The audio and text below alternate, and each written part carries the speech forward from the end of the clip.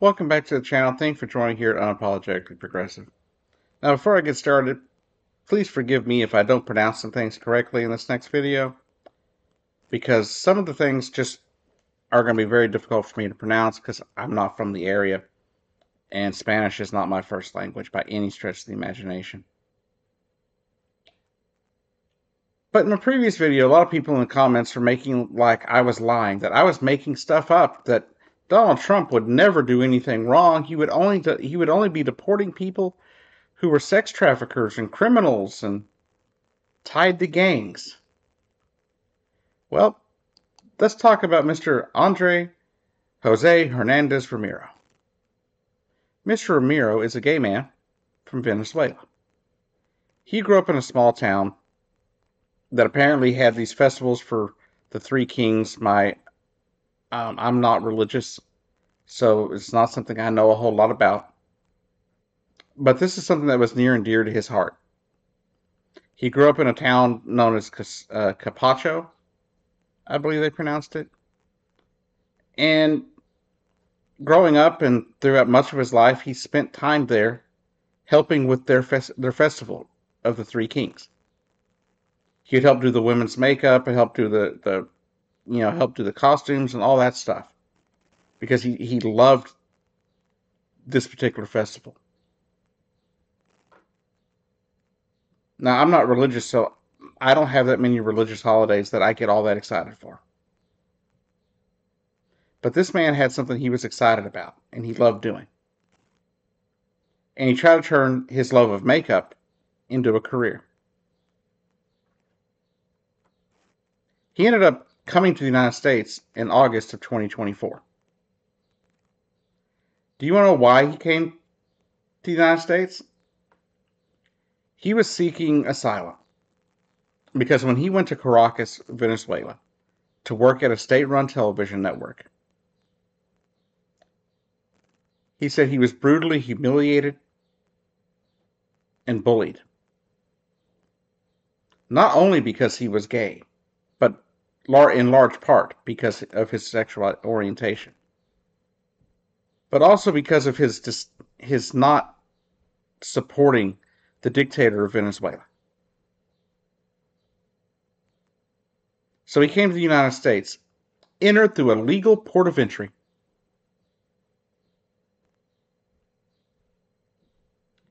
and then seeked asylum, as you're legally allowed to do in pretty much any country in the world. It's part of international law. Now, one of the officers there immediately detained him because he had tattoos of crowns on both of his arms. He claimed that it was a calling sign for the band Tren de Aragua,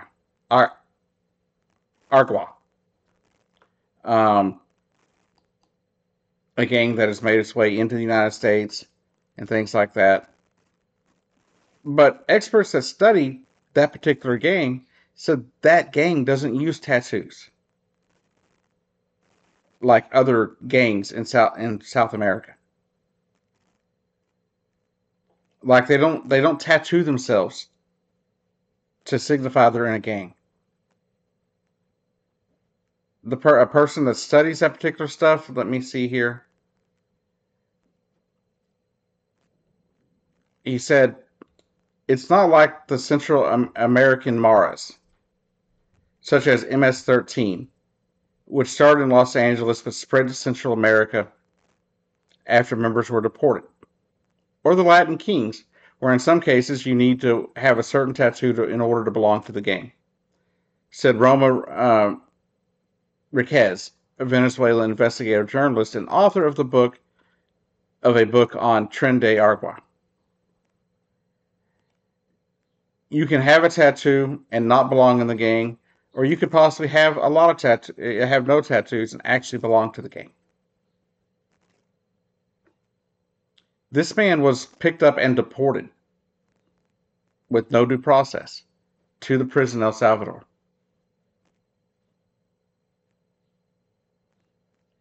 For months, he was just doing it the right way.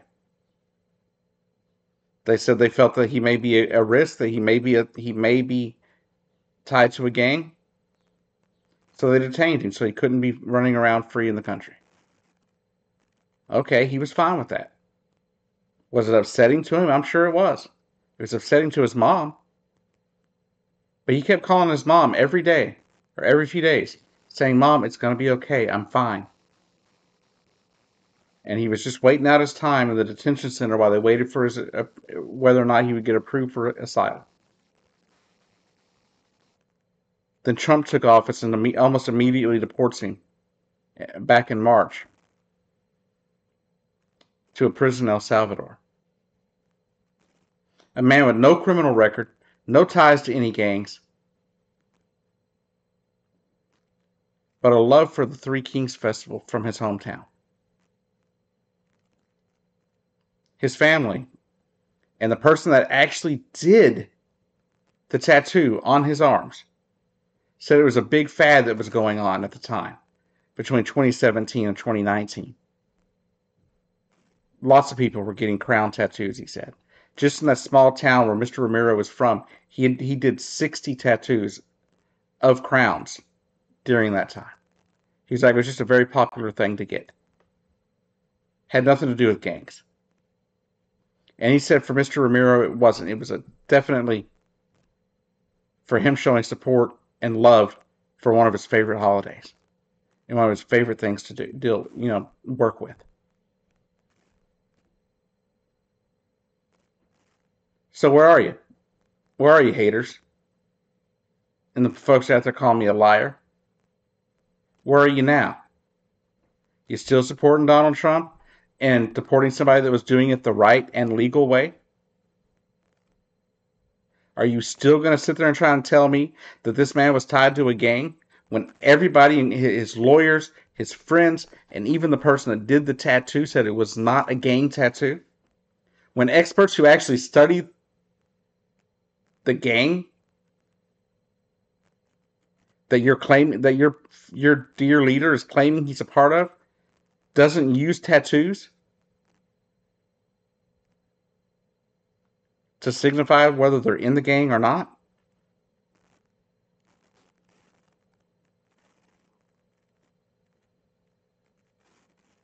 But the fact is, he was doing things the right way. He was doing what he was supposed to. Had his asylum been denied, he would have been deported. But once again, another mistaken deportation on the idea that just because he had a tattoo, he was part of a gang. I've known a lot of people over the years that had crown tattoos, and they weren't part of a gang. They just liked the picture that they saw when they went to the tattoo artist. So we're going to start deporting anybody that's got a crown tattoo?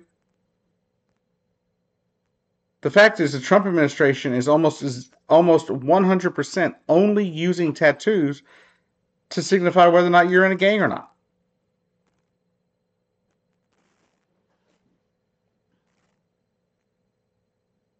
No, this wasn't any different under the Biden administration. Under the Biden administration, he was locked in detention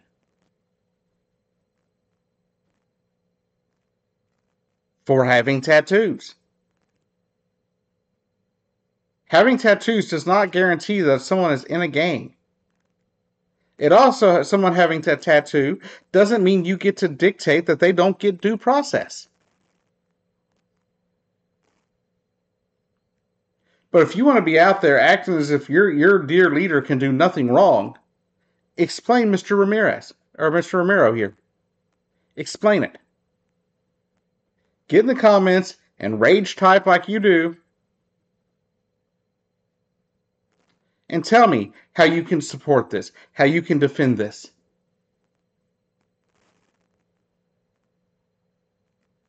All the man was trying to do was get away from a dictator, just to get deported to El Salvador by one.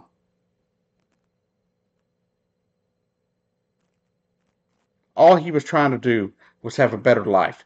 All he was trying to do was do it the legal and right way.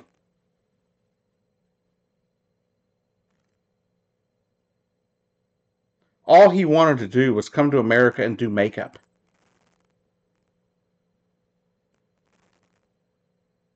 That's all he wanted to do.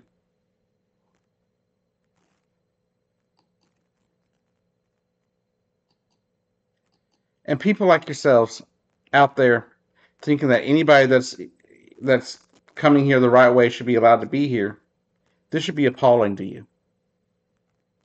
And those of you that are actually out there just screaming every day, we don't care if they come here as long as they do it the right way. Well, here you go. This man did everything legally. Everything the right way.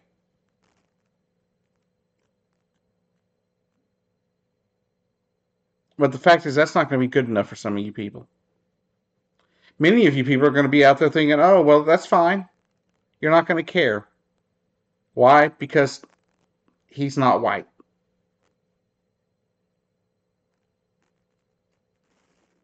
Let's lay it out there for what this is. For this mass deportation and sending people away and deporting people just because they have tattoos and they have brown skin, that's the reason why they're being deported.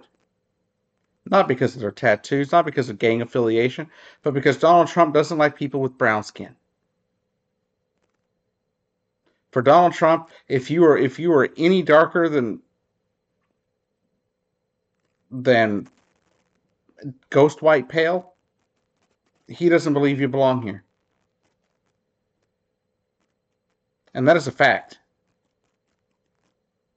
I have some other stories I'll be bringing you later this week or early next week, talking about a 52-year-old woman, single mom, with no ties to a gang, once again deported to El Salvador, with the government claiming she's a criminal. She was here legally. So if I get time, I'll be making that story later this week or next as well. But let's make it clear. This is fascism. This is exactly the kind of stuff that Hitler was doing with the Jewish people, the Gypsy people, the LGBTQ community, and others. He was deporting them. Then he had nowhere to send them all, so he deported them to prison camps, to where they were not allowed to leave, and that was where they would die. And that is what Donald Trump is doing right now with supposed illegal immigrants. Even though, from what I'm seeing, at least 40 to 50% of them are not here illegally. They're either in the middle of asylum seeking, or they are in the middle of getting their green cards or becoming legal residents. They're in the process, and he's deporting them anyway. If you support this, you're a fascist. I'm sorry. That's all there is to it. Later this week, I'll bring you some other stories over some other topics. One of the commenters below one of my other videos asked me to look up and do some reporting on maybe. And hopefully I'll be able to do that. Anyhow, y'all have a great day. I'll see you down the road.